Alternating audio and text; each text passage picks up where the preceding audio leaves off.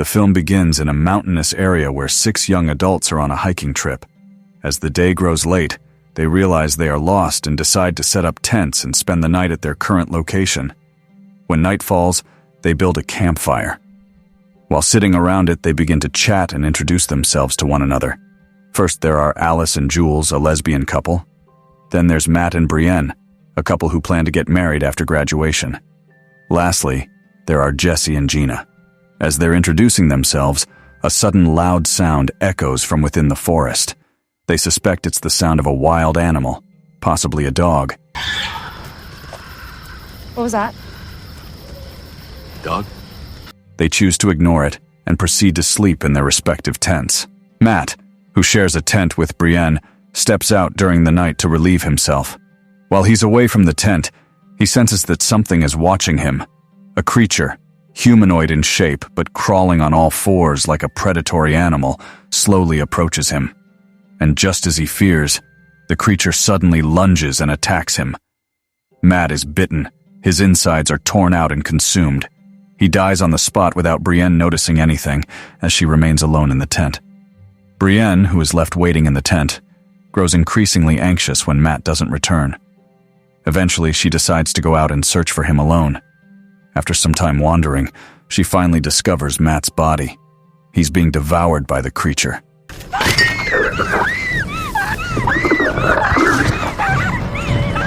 Her scream alerts the creature and it immediately chases after her. Brienne ends up being mauled by it as well. Their friends who remain at the camp hear Brienne scream and rush to look for her. They soon find Brienne, barely alive, her face and body horrifically wounded. Nearby, they also discover Matt's corpse, mutilated beyond recognition. They quickly carry Brienne back to the tent and try to help her as best as they can. The next morning, a man named Talbot appears, a former paramedic who lives in a cabin deep in the woods. He offers his help and suggests they bring Brienne, who is severely injured, to his cabin so she can be treated. Jesse and Jules decide to go search for help by following a forest path that Talbot shows them. Not long after, Alice and Talbot go back to the campsite to check on Matt's body.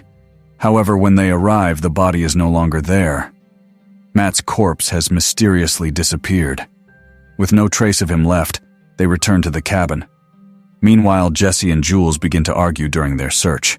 In the middle of their heated exchange, Jesse accidentally steps on a hidden bear trap, injuring her leg badly and rendering her unable to walk. Because they can no longer continue together, Jesse urges Jules to return to the cabin alone and get help from the others. On her way back, Jules encounters the same creature that attacked Matt and Brienne. She quickly hides, trying to avoid being seen or attacked. Eventually, she manages to escape and makes her way back safely. Back at the cabin, Brienne, who had been wounded by the creature, begins showing signs of infection. Her condition rapidly worsens, and her hair starts falling out in clumps. While Alice and Gina take turns watching over her, Alice catches Talbot attempting to inject Brienne with an unknown substance. Alarmed, Alice reacts by shooting Talbot in the shoulder. She orders Gina to watch over Talbot and ensure he doesn't escape. While restrained, Talbot tells Gina that Brienne has been infected by a virus that will soon turn her into a feral creature, one that will attack anyone without hesitation. Gina refuses to believe him. In an attempt to silence him, she shoots him again, though the bullet doesn't prove fatal. Talbot then flees into the forest.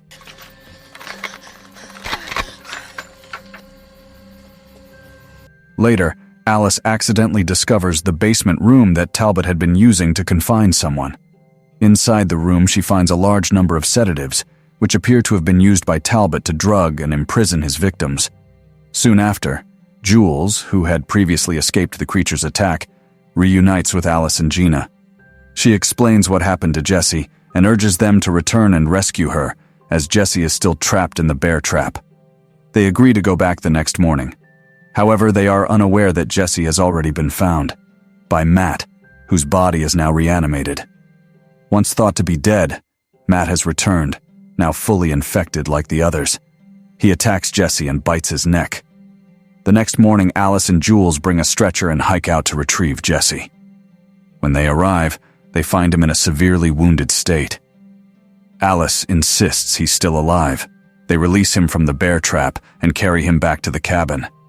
That night, Talbot returns once again. He manages to take the gun from Alice and explains that he is trying to save his son. Meanwhile, in one of the cabin rooms, Jesse, now barely recognizable due to his transformation, attacks Gina. Hearing the commotion, Alice takes the opportunity to wrestle the weapon back from Talbot. With Jules's help, they manage to subdue him. Alice hurries into the room to help Gina, but by then, Jesse has already fled.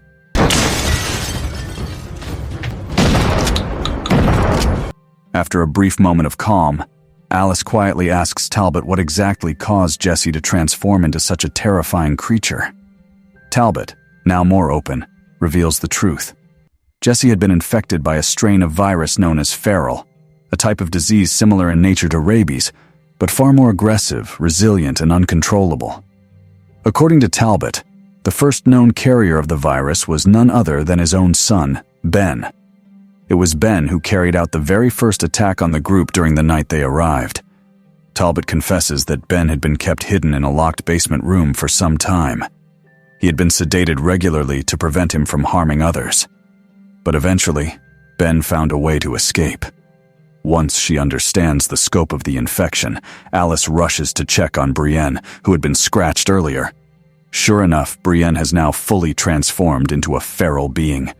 Her appearance is grotesque, her face hollow, her eyes unrecognizable, and her behavior entirely inhuman. Knowing that she poses a danger, the group decides to take her down to the basement and chain her up, hoping to isolate the threat. During the chaotic process, Gina is clawed across the face by Brienne, adding to the growing tension and danger within the cabin.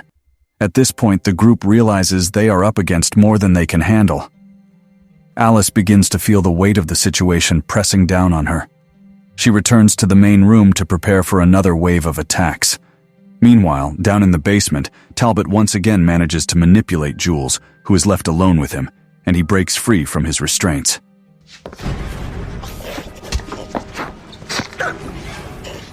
Upstairs, Alice fights off two ferals, Matt and Jesse, who have managed to enter the cabin. With sharp instinct and physical resilience, she manages to subdue both of them, though not without significant struggle. Once the immediate threat is dealt with, she heads down to the basement, unaware that Talbot is already waiting for her. As soon as she reaches the lower steps, Talbot suddenly pushes her down, causing Alice to lose consciousness upon hitting the floor. Talbot then picks up the rifle Alice had been carrying and locks the basement door behind him to keep her contained. Returning to the upper level, Talbot is suddenly confronted by Ben, his own son, now fully overtaken by the virus. As Talbot realizes there's another feral presence closing in from behind, he quietly resigns to his fate. With a haunting sense of acceptance, Talbot allows himself to be attacked and ultimately killed by Ben. Some time passes. In the basement, Alice finally regains consciousness. As she opens her eyes, she sees that Gina, now completely transformed into a feral, is about to attack the unconscious Jules, who had earlier been sedated by Talbot. Acting quickly, Alice grabs a nearby baseball bat and engages in a desperate fight with the creature that was once her friend. After a tense struggle, Alice is able to kill Gina, though the emotional weight of the act is not lost on her. Now trapped in the basement, Alice and Jules are alone, with the restrained Brienne lying nearby. For a brief while, the situation appears to be under control, but that peace is short-lived. Brienne begins to stir and wake from her sedation. Her violent movements draw the attention of Ben, who remains above. He senses that something is happening below and begins to approach the basement. Realizing what's coming, Alice braces herself. She tells Jules that she must run as soon as the door opens. Jules protests, but Alice insists. Moments later, Ben crashes into the basement with force. Alice immediately charges at him with the same baseball bat, managing to slow him down and create just enough of an opening for Jules to escape. After neutralizing the threat, Alice rushes out of the cabin to find Jules. She spots her running through the forest, but unfortunately, Jules is being chased by another feral. Just as the creature is about to grab her, Alice arrives in time and shoots it down. However, the relief is short-lived. Jules looks down and realizes that she has been scratched across her abdomen during the attack. The implications are clear. She has been infected. Both of them are now faced with a grim reality. Jules doesn't have long before the virus overtakes her. Knowing there is no cure and refusing to become one of them, Jules makes a heart-wrenching decision. She chooses to end her own life using the rifle. Though Alice begs her not to, Jules insists, and ultimately, Alice turns away, unable to watch. Jules waits a few moments before pulling the trigger.